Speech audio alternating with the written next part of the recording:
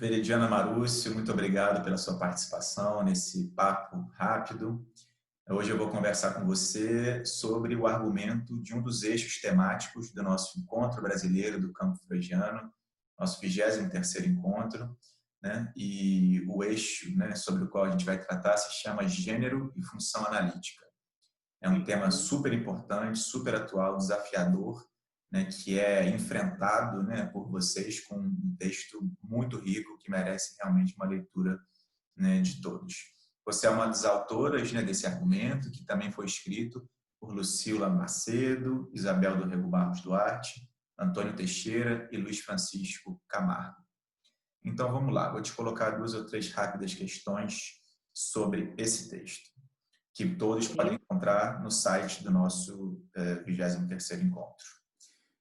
Numa certa altura do argumento, a gente lê: héteros e homos não correspondem estritamente à repartição sexual ou às escolhas de objeto. Masculino e feminino são semblantes. A partir disso eu te pergunto, mas se isso é verdade, por que então insistir no feminino como nome do não todo? O uso dos termos feminino e masculino, né, como nomes do paradigma de modos de gozo, ele é o resquício de um sentido que atrapalha? Ele é o apêndice de uma significação que deveria cair? Ou é a afirmação de que, em algum grau, esse binarismo masculino-feminino ainda merece ser preservado? Uhum. Sim, já vamos direto, sim? Então, eu te agradeço, Rodrigo, pelo convite. Foi muito instigante escrever esse trabalho, porque quando a gente recebeu as instruções, eram palavras soltas, e a gente foi montando alguma coisa que tivesse dentro desse eixo, como, né, a discussão do gênero para a psicanálise, tentando articular com o feminino, com Heimlich, e dizer o indizível. Então, era uma missão praticamente impossível, enfim, porque são 3 temas que, por si só, né, os temas do encontro, já exigem um estudo e uma precisão, né, dos conceitos. A respeito disso, assim, é uma frase que foi muito comentada, essa sua pergunta, na atividade que a gente teve em São Paulo, que contou com a presença de um integrante de cada eixo, apresentando o eixo, e a gente pôde discutir mais a fundo essas questões, e essa que você nos coloca, que me coloca, mas que foi colocada na atividade, ficou com bastante eco para mim, assim, né? E a ponto de me fazer um pouco trabalhar a respeito disso, né? Enfim, existe um dos textos que a gente se baseou, que é o do trabalho, do livro da Clotilde Leguil, onde rapidamente a gente tem na abertura ela dizendo, né, que ela não é a favor de retirar o feminino, né? Qual seria o interesse de retirar esse... eu estou procurando aqui para te mostrar, acho que todo mundo conhece esse livrinho, né? Subversão lacaniana da teoria do gênero. Mostra a capinha Rapidamente dele para a tem gente. Subversão lacaniana da teoria do gênero, que foi traduzido, né? Ela diz assim, né? Eu não acredito, né, que fazer desaparecer o significante feminino ou mulher da cultura, da existência, é garantir aos seres femininos um futuro melhor. Ela se pergunta, né? Será que isso seria garantir um futuro melhor às mulheres?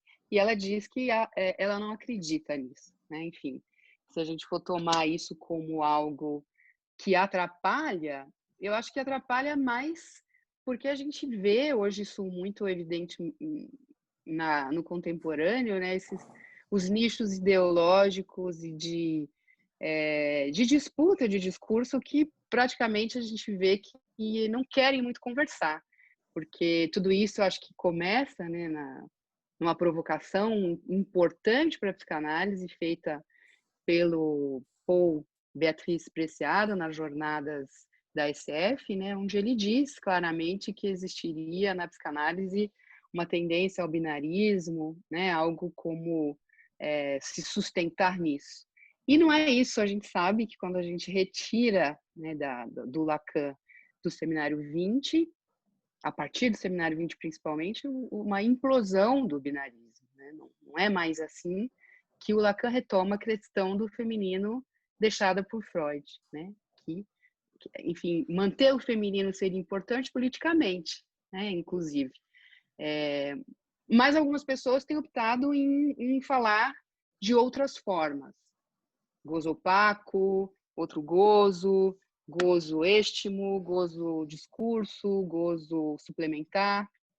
E cada um tem a sua implicação teórica, que eu acho importante que a gente consiga, nesse evento, a partir desse encontro, ou em outros momentos, acho que o evento tem sido muito bem preparado, apesar da gente ter passado do presencial para o virtual, isso tem seus efeitos positivos, que acho que a gente mereceria sustentar e guardar para os outros eventos, assim, essa preparação feita, né, de uma maneira onde a comunidade toda está podendo participar e trabalhar.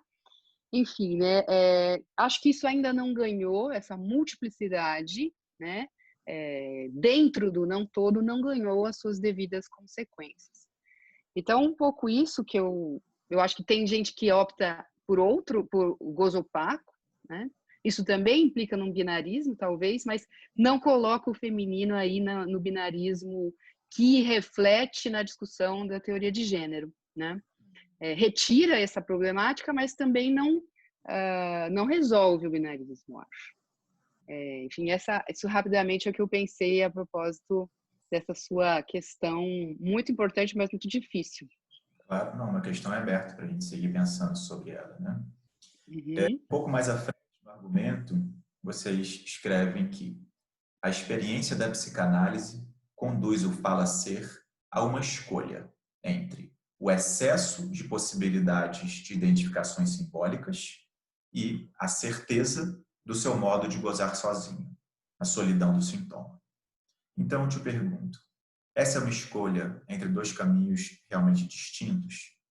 A certeza sobre o modo de gozar sozinho, ela tende a produzir um distanciamento das lutas identitárias? Ela tende a produzir uma indiferença política? Uhum.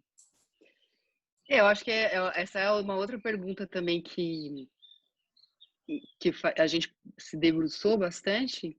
Sabíamos que poderia gerar talvez algum tipo de mal entendido a respeito do que a gente estava querendo dizer, mas é muito pautado no que as teorias queer, né, de uma parte delas, na verdade, que nos interessa bastante, que considera, né, aquilo que seria muito caro à psicanálise, né, que seria o modo de gozo singular, não comparável a nada mais, a nada além, né, que pudesse ser por aí que a gente pudesse pensar algo da constituição do gênero como atrelado à identidade sintomal, né? Que se trata isso?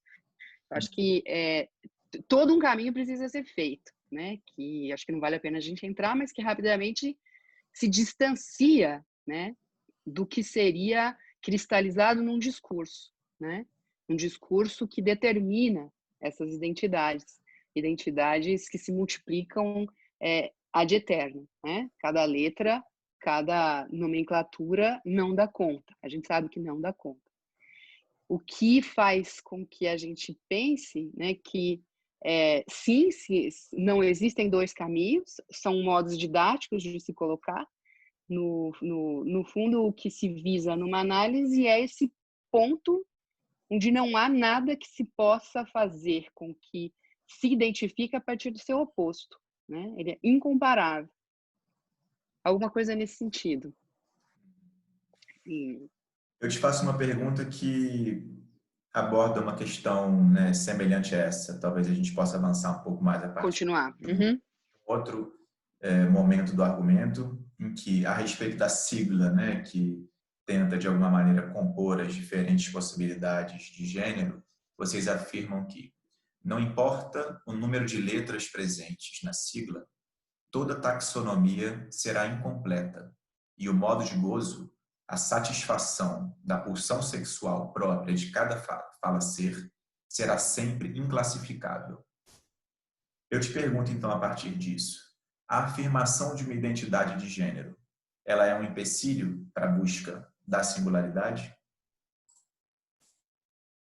Depende, acho que aí é interessante pensar que tudo depende do que a gente tá tratando como identidade que seria um problema, né? Ou não, para se buscar algo que se visa numa análise, né? Tenderia a pensar que a cada vez e a cada caso e a cada momento e a cada situação, sim, existem identidades de gênero que poderiam ser empecilhos, que poderiam fazer um certo entrave, né? Uma identidade. Mas o nosso objetivo como analista é fazer com que essas identidades, de alguma forma, estando em análise, caiam, né? Caiam todas elas e que se possa chegar num momento onde isso se reconstrua ou, sei lá, não sei como te dizer, sem entrar em palavras que possam também ser mal compreendidas, mas que haja aí uma outra possibilidade de reconhecimento da identidade, né? Não como identidade, talvez como um modo de gozo, né? Um modo de gozo singular, que é um pouquinho que eu falei na resposta anterior. Sim, sim, sim. Bom, Veridiana, em nome da equipe do Boletim Familiar, eu te agradeço muito por essas rápidas respostas a essas rápidas perguntas. Remeto todos, né, ao eixo e ao argumento e também ao site do nosso encontro. Muito obrigado, Veridiana.